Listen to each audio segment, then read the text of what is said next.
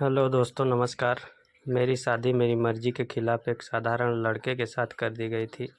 उसका नाम था विराज। उसके परिवार में बस उसकी माँ शांति देवी थी, न कोई भाई न बहन और न ही कोई बड़ा परिवार। घर की हालत भी कुछ खास नहीं थी। शादी में उसे ढेर सारे उपहार और पैसे मिले थे, मगर मेरा दिल कहीं और था। मैं करण नाम के एक लड़के से प्यार करती थी और उसने भी मुझसे शादी करने का वादा किया था, पर किस्मत ने मुझे कहीं और लाकर खड़ा किया। विराज के ससुराल में शादी की पहली रात विराज मेरे पास एक कप दूध लेकर आया।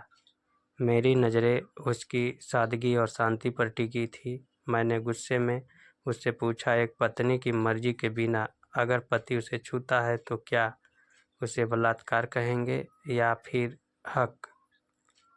विराज मेरी आंखों में देखकर शांतिपूर्वक बोला, आपको इतनी गहराई में जाने की ज़रूरत नहीं है। मैं सिर्फ शुभ रात्रि कहने आया हूँ। और बिना कोई बहस किए वह कमरे से बाहर चला गया।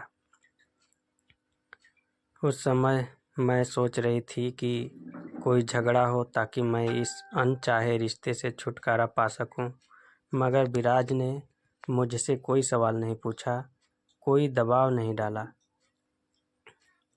दिन बीतते गए और मैं उस घर में रहते हुए भी कभी किसी काम में हाथ नहीं लगाती थी।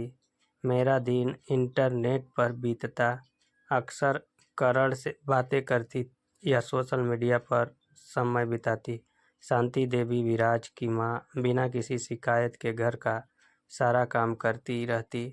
उनके चेहरे पर हमेशा एक प्यारी मुस्कान होती, मानो किसी तपस्वी की शांति हो। विराज भी दिन रात अपनी साधारण नौकरी में मेहनत करता रहता। वह एक छोटे से कार्यालय में काम करता था और उसकी ईमानदारी की लोग मिसाल दिया करते थे। हमारी शादी को 1 महीना बीत चुका था, लेकिन हम कभी पति पत्नी की तरह एक साथ नहीं सोए। एक दिन मैंने जानबूझकर शांति देवी के बनाए खाने को बुरा भला कह दिया और खाने की थाली जमीन पर फेंक दी। इस बार विराज ने पहली बार मुझ पर हाथ उठाया, लेकिन उसकी आंखों में कोई क्रोध नहीं था, बल्कि एक अजीब सा दर्द था। वह चिल्लाया नहीं, बस मुझे घूरते हुए बोला, इतनी नफरत क्यों है? मुझे उसी बहाने की तलाश थी। मैंने पैर पटके दरवाज़ा खोला और सीधा करण के पास चली गई। मैंने उससे कहा, चलो कहीं भाग चलते हैं, अब इस जेल में नहीं रहना। करण, जो कभी मुझसे प्यार कर की बातें किया करता था, आज कुछ अजीब सा व्यवहार कर रहा था। वह बोला, इस तरह हम कैसे भाग सकते हैं? मेरे पास भी कुछ नहीं है और तुम्हारे पास भी अब कुछ नहीं बचा। उसकी बातें सुनकर मेरा दिल टूट गया। वह मुझसे प्यार नहीं करता था, वह बस मेरे पैसों और गहनों का लालच रखता था।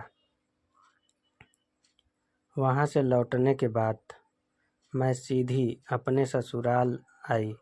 घर खाली था। विराज और उसकी माँ कहीं बाहर गए थे। मेरे मन में हलचल थी। मैंने विराज की अलमारी खोली और जो मैंने देखा वह मेरे पैरों तले ज़मीन खिसका देने वाला था।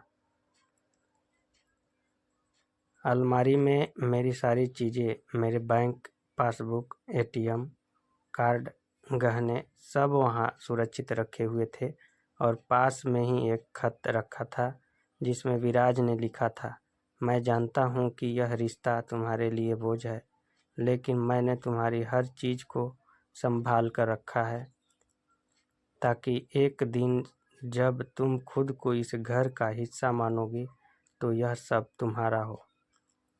खत में उसने यह भी लिखा था, मैं तुम्हें प्यार करता हूँ और तुम्हारी मर्जी का हमेशा सम्मान करूँगा।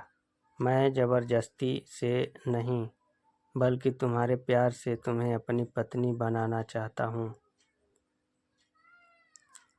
इस खत को पढ़ने के बाद मेरे मन में विराज के प्रति एक नई भावना जागी। उसने कभी मुझ पर कोई हक नहीं जमाया। उसने हमेशा मेरा सम्मान किया। मुझे एहसास हुआ कि सच्चा प्यार सिर्फ करण जैसे दीवाने दिखावे में नहीं होता, बल्कि विराज जैसे सादगी में भी हो सकता है। अगली सुबह मैंने पहली बार अपनी मांग में सिंदूर गाढ़ा किया और अपने पति के ऑफिस पहुंची। सबके सामने मैंने कहा, विराज, हमें लंबी छुट्टी पर जाना है, अब से सब कुछ ठीक है। उस दिन मुझे समझ आया कि जो फैसले मैंने गलत समझे थे वे मेरे लिए सबसे सही साबित हुए। मेरे माता पिता ने मेरे लिए जो सोचा था वही मेरे जीवन का सबसे अच्छा फैसला था। विराज ने मुझे बिना कुछ कहे, बिना कुछ जताए सच्चे प्यार का एहसास कराया। अब मैं अपने ससुराल को अपना घर मान चुकी थी और विराज, जो कभी मुझे साधारण लगता था, मेरे लिए अब दुनिया का सबसे अनमोल व्यक्ति था। कहानी की सीख, जिंदगी में जो हमें मिलता है वह हमेशा हमारे सपनों से छोटा नहीं होता। कभी कभी वह उनसे कहीं ज़्यादा गहरा, अस्थाई और सुंदर होता है। प्यार दिखावे में नहीं, सम्मान और इंतज़ार में छिपा होता है।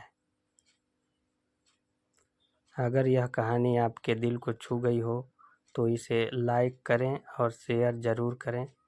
शायद किसी और के रिश्ते में भी यही सादगी और समझदारी फिर से लौट आए। इस कहानी, थैंक यू दोस्तों, नमस्कार, धन्यवाद, बहुत बहुत धन्यवाद।